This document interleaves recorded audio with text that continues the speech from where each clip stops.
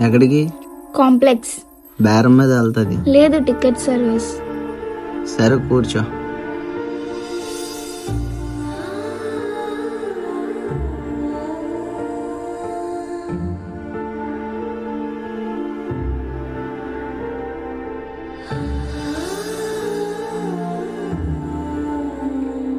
₹20 ఖర్చు. అంటే అక్కడ నువ్వు నా కోసం ఆటో ఎక్కడికి? కాంప్లెక్స్ వెళ్ళాలి. ఎంతమంది ఉన్నారు ఎక్కి చదవడం ఏంటి? లేదంటే లోపల ఆడపిల్ల ఉందని వదిలేద్దామా?